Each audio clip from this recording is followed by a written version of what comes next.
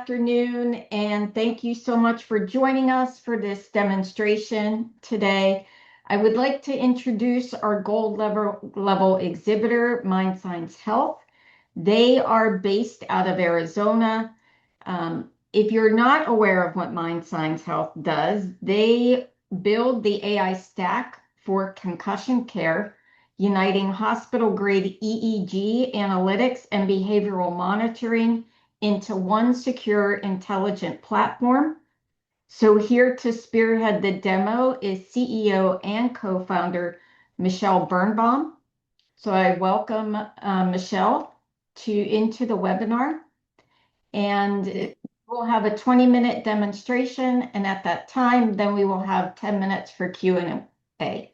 So thank you so much, Michelle, for joining us. Thank you very much, Lisa. Hopefully everybody can hear me. Can you hear me, Lisa? You're the only one I see. Yes, I can hear you. Thank you. So good morning and good afternoon, good evening and good night. I think I covered all the continents now. I'm really happy to showcase what we're doing at the Mindsigns. We've been developing this for quite a while with clinicians. So we didn't sit in our corner developing this and then try to fit it into the workflows. We actually developed this from day one with clinicians. So I'm going to share a few things during this presentation. One, I'll go through a set of slides, and then I'll actually demo our products. So Mindsigns, okay, let me bring up. Okay, there we go. Tick. Yeah. Tick.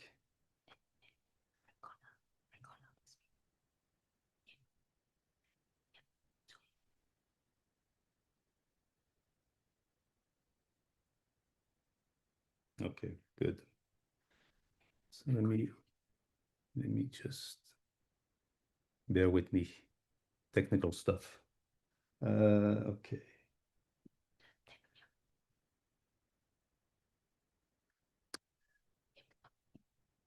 So Mindsigns is it's a neuropsychiatric platform, and on this platform we have two main products and actually three indications. Okay, so the first product is a concussion care, as Lisa mentioned during the introduction.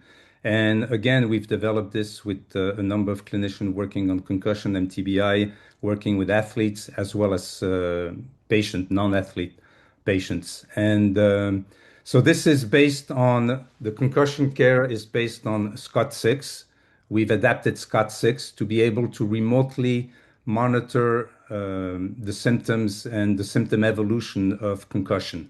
Okay, which is one of the when you speak to any clinician, they'll tell you one, it's very difficult to bring the patient multiple times into the office to the cognitive impairment care. Also, what we do is we look at background slowing, and that's I'll go through those products as well, which is one of the hallmark biomarker of concussion is that background slowing, which hopefully is temporary, but when it's not, and when symptoms evolve in the wrong direction in terms of trends, then the patient develops what we call post-concussion syndrome, which can be really debilitating in terms of day-to-day function. So we have a number of, as you can see, we've developed a number of screens for concussion, both from the patient side, where we have a lot of screens actually, and from the clinician side. So from the clinician side, we're working with a number of, like I said, with a number of specialty center. We're also going to be working with one of the large universities on the West Coast to monitor their athletes. And what's interesting actually, well, is the fact that women are twice as prone as men to suffer concussion, and it can take up to 3 times as long for them to recover from a concussion. And it's physiological, right? It's in terms of the neck muscle, they have a weaker neck muscle. And one of the things in concussion, so I've had concussions because I played rugby competitively and I played soccer, is it's not getting hit straight on, but it's actually the angular momentum that stretches, axons and neurons. And that's when you start having the concussion and the background slowing because your brain hits the back of your skull depending on how you get hit. So for example, some people can get hit at 20, 30 Gs like me, and I'll get a massive headache. But if I get hit at a higher G, then I'll get the concussion. And but for some other people, again, depending on their physiological makeup, they may start getting a concussion at 20 G. Okay. So we're able to measure all that and we follow the patients all along. So we have voice powered assessments. It's very multimodal.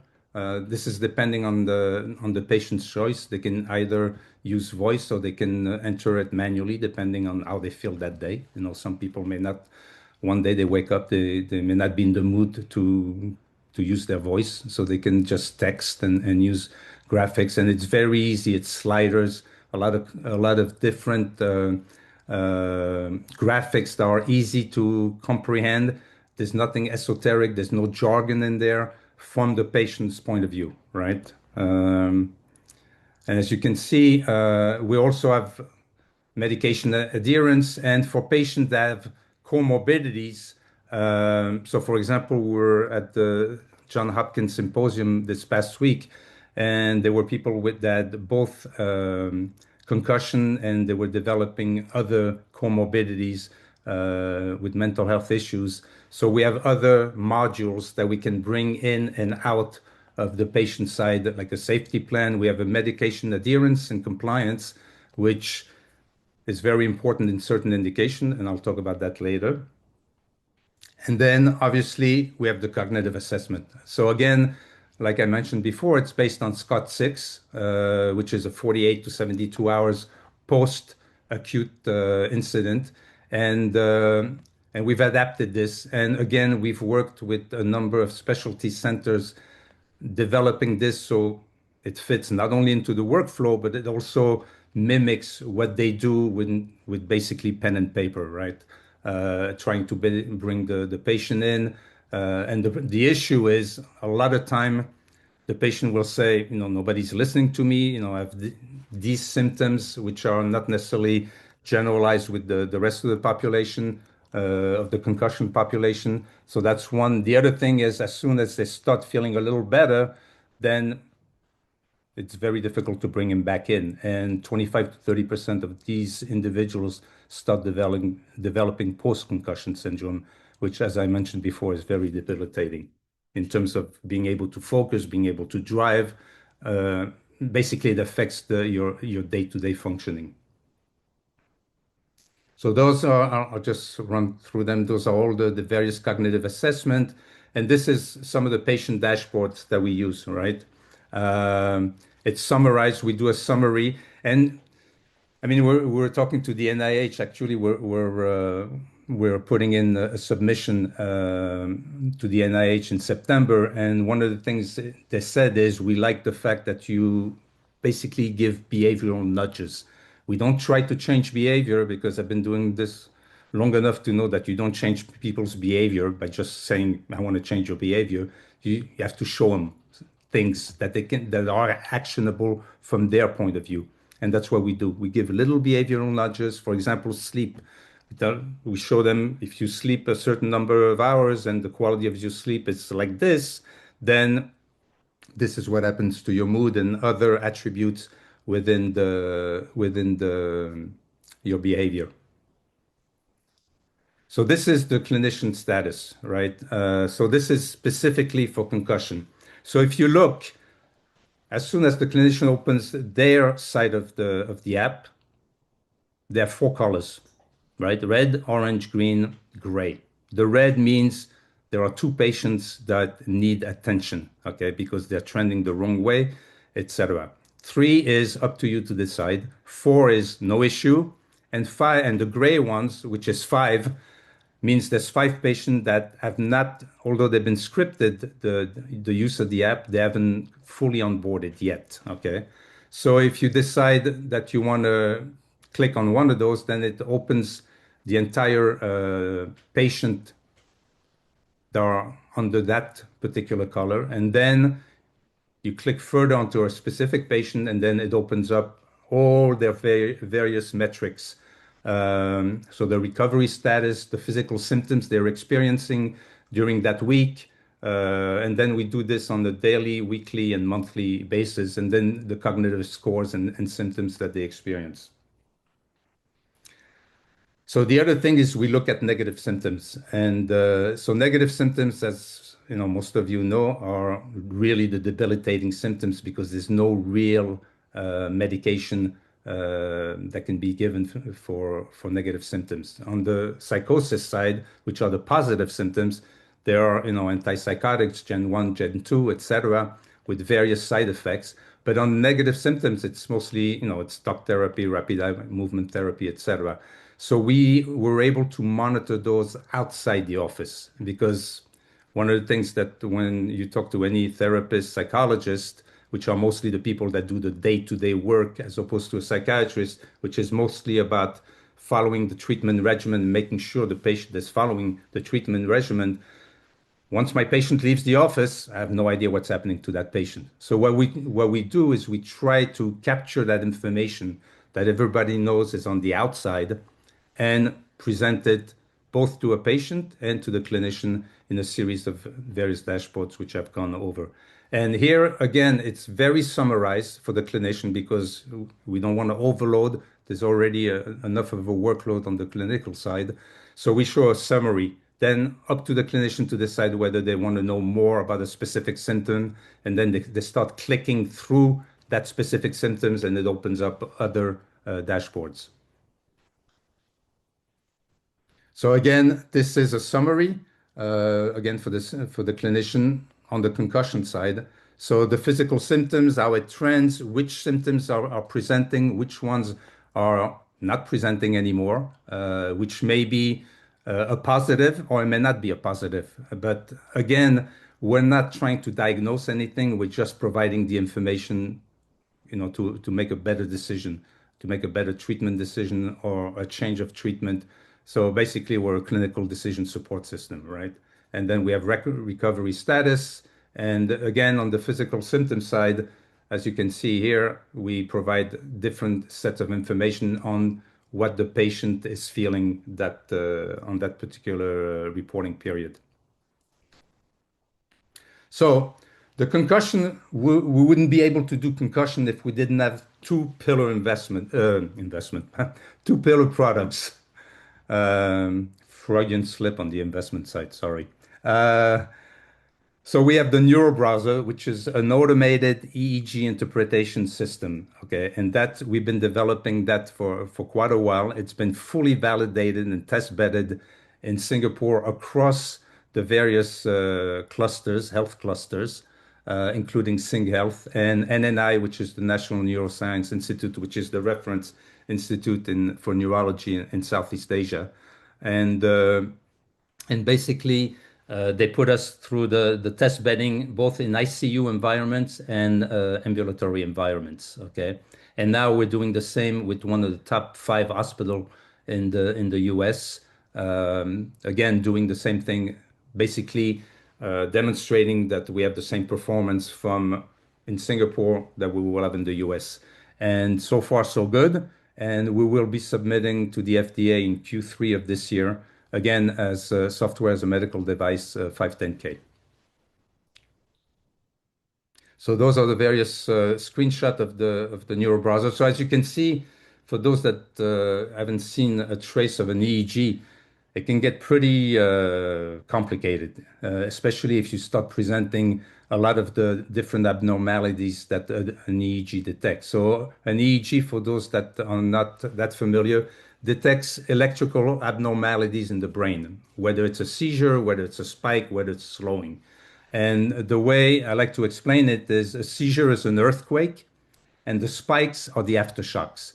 So to be able to detect seizures without doing some, hand clapping, loud noise to try to trigger seizure in the patient, you need to do at least a 24-hour to 48-hour study, right? Otherwise, you may detect spikes. So spikes, because it's an aftershock, it tells you that an earthquake has happened. It just doesn't tell you when or where within, the hemisphere of the brain. So actually, what we started with spike because they're very difficult to detect. They're very transient. They're about 70 milliseconds, so they go straight up and down. And then the slowing. So slowing is particularly used not only in concussion but also in places that don't necessarily have infrastructure. They use it as part of a differential, right? So encephalopathy, brain bleeds, etc., can be detected by slowing, or at least it gives an indication that something is happening that's abnormal. So you can do a lot of different things. Again, this was developed with neurologists and epileptologists that wanted to see certain things, and there's plenty of nice software out there, excuse me, except that there's a lot of high false positive rates. So when we did the test bedding in Singapore in the ICU, we're about 20%, 20 points better than the market leader, the pure software market leader, which I won't name. So we're at the 83% in terms of detecting seizure, both, especially the subclinical seizures, right? Because in the ICU, a lot of patients are immobilized, sedated, etc. So you don't necessarily see that something is happening because they're mostly immobilized. So we came out at 83.2, as I mentioned, and the market leader came in at 62.3. So we were far better in terms of doing this. And it's because of the technology that we use to detect the various abnormalities. So those are seizures. So we can detect on the few channel. Obviously, a seizure, even if it starts focal, eventually becomes generalized, but we can detect the focal seizures that happen on 3, 4 channels, which then indicates to a neurologist or an epileptologist where things are happening with an individual. And then we provide an events list. So if you don't have the time to go through everything, just put the events list. We tell you where it's happening on which channel, how long it's the duration of it, and the various montage that you can have. And then summaries. We give you a heat map of the various abnormalities, which is almost like a balance sheet. That's an instant in time what's happening to the patient. And then we give you the trends and we help you write the report. Okay, and that report is customized for you. So this is a QR code if you want to find more information. And now what I'm going to do is I'm going to actually show you the products that we have. So I'm going to start with the GenMind, which is the mental health product. So just as a intro to what GenMind does. So GenMind was originally developed for schizophrenia. We still use it for schizophrenia, obviously. So we detect negative symptoms and the cognitive impairment that's usually comorbid with it. So now, if I know how to do this, I will go to, yep, here we go.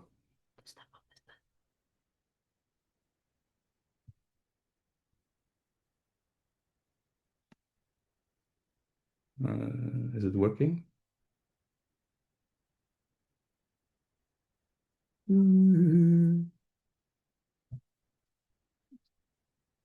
Uh, Technical glitch.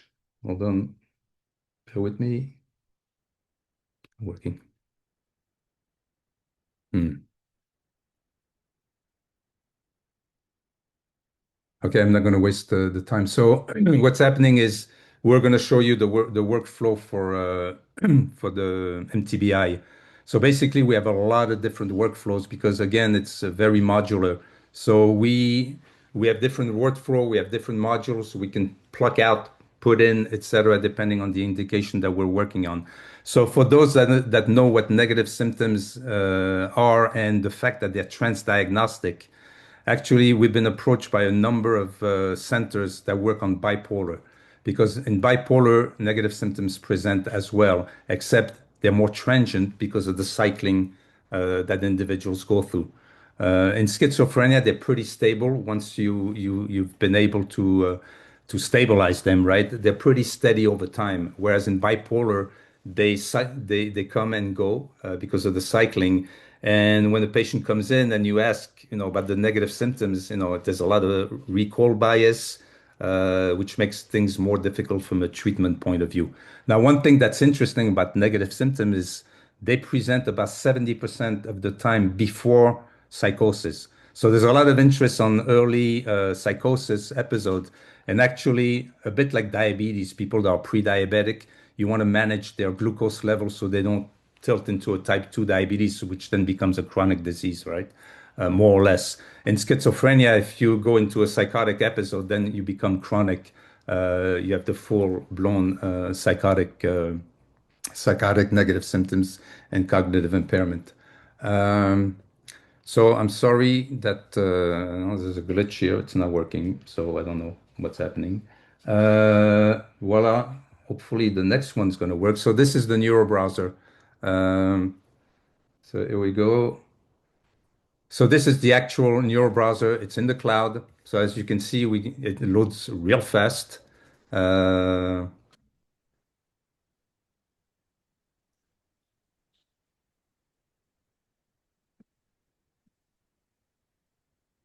okay, for some reason it's not. I don't know. Maybe the bandwidth is. Let me see if I can do it from here.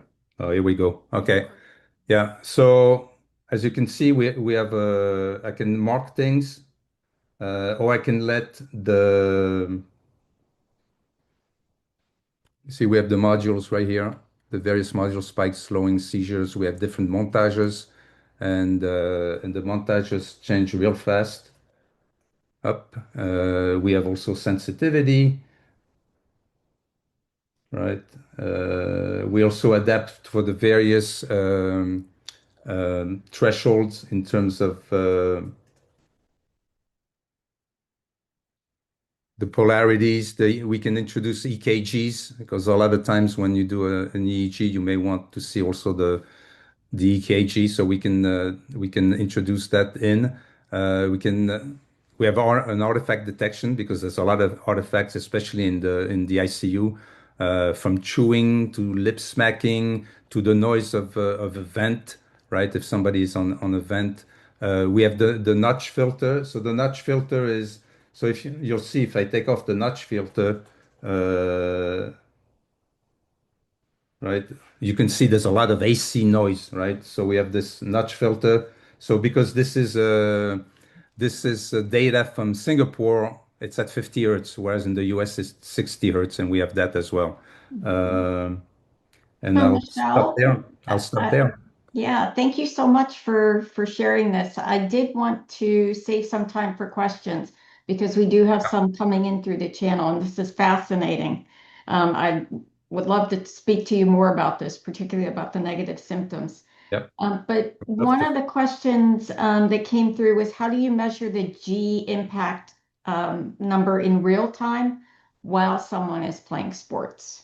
Okay, so the first phase that we're doing with these athletes, it's about 45 to 50 athletes across different contact sports. And as I said before, men and women. We've built a headband because during practice they all wear headbands, especially on the West where it's pretty hot. And within the headbands we have a 9-axis accelerometer, including a magnetometer that measures the angular rotation, and that's how we measure the impact in real time. So the thing is, like I said, some people may not have a concussion at 20, 30 Gs, others may. So the protocol that we're using is as soon as we see there is an impact, regardless of the G, then we put them on the EEG, 15 minutes, that's all we need, and we can see whether the slowing that's presenting or not. So that's one of the protocols that we're using. Great.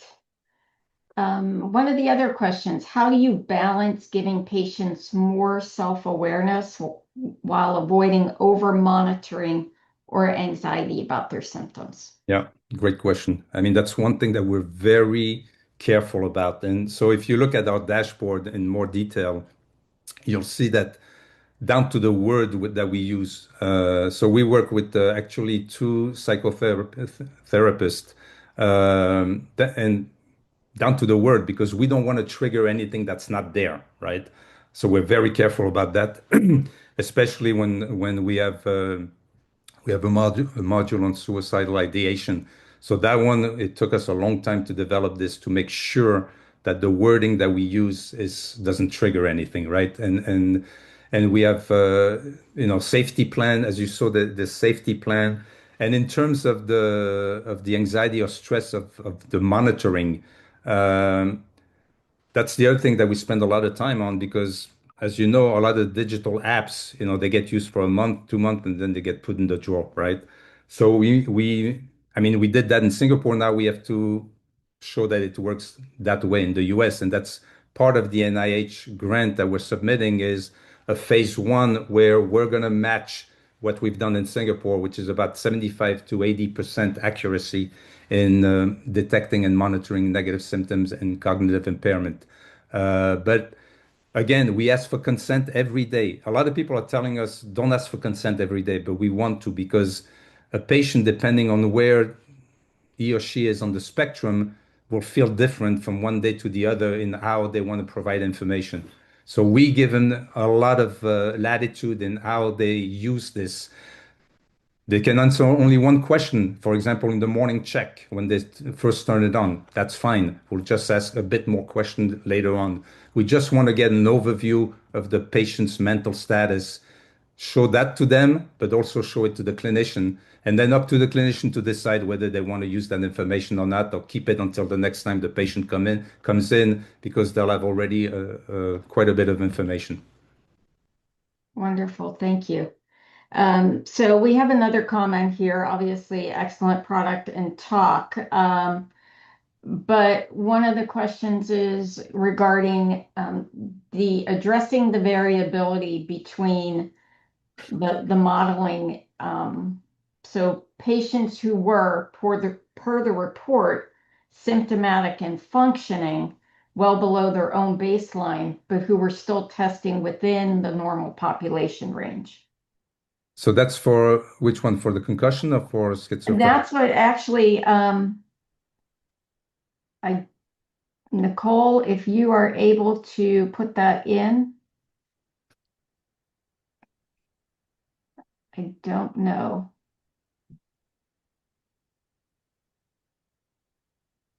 So I for would negative suspect symptoms, that it would yeah. be negative symptoms, but Okay. that's just my So assumption. for the negative symptoms, as you saw, there's we provide summary screens, right? And this so there is on the onboarding, there's a baseline, right? So one thing that we don't do at this point in time, we don't diagnose, okay? And it's mostly from a regulatory point of view because that's a much higher threshold. I think, there's a product market fit right now for being able to provide a set of information that the psychiatrist or the therapist or the psychologist don't necessarily have because it's information that's out there, right? But when they do onboard the patient, they help the patient with the safety plan, and we have a lot of other things. We have, for example, a database where we provide, again, those little behavioral nudges. There's a baseline that's established. Once that baseline is established, then it's shown in that summary, and then we show the trends on a weekly, monthly basis. Uh, and then you can see where that baseline started and how the patient is evolving, either positively, stable, or negative. I don't know if that answers the question. Uh, Yes, she clarified, just trying to ask about people who test out of the testing in terms of precision care. Okay. Okay. All right. Very good. So that's one of the things that I mean for all of us on the team, as people use the app more and more, then the app starts understanding how that individual reacts to certain inputs, to certain triggers, etc. And then over time, the algorithms learn, right? So we use machine learning, we use deep learning, we've done LLMs, etc. We only use them as necessary. Okay, not one of the. We even use good old-fashioned statistical methods, right? Whatever works to provide insights. It's not about using the best technology. It's about providing the right insight to both patient and clinician. So hopefully we get to better outcomes, right? And better outcomes. So for example, on the NIH grant, the better outcomes is 10% improvement in functionality. That's Mhm. it, because that's Right. that's already a big one.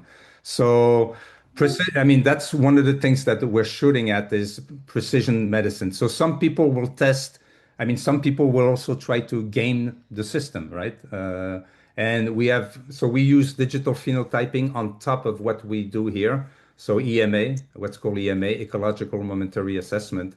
And so we use that as a kind of a wraparound to the various dashboards that we have. And then LLM, as I said, so we've developed an LLM last year to see in schizophrenia, just using speech, if we could mimic the performance. And actually we could. We Right. get to an 81% accuracy, but 81% is as good as what we had already. So it wasn't adding anything. So we're not including it until we can get something else out of it, right? Great.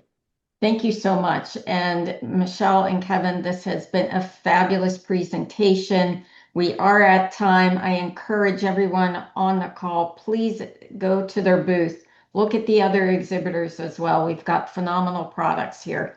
So once again, thank you, Michelle Thank you and very much. Kevin, for being a gold sponsor.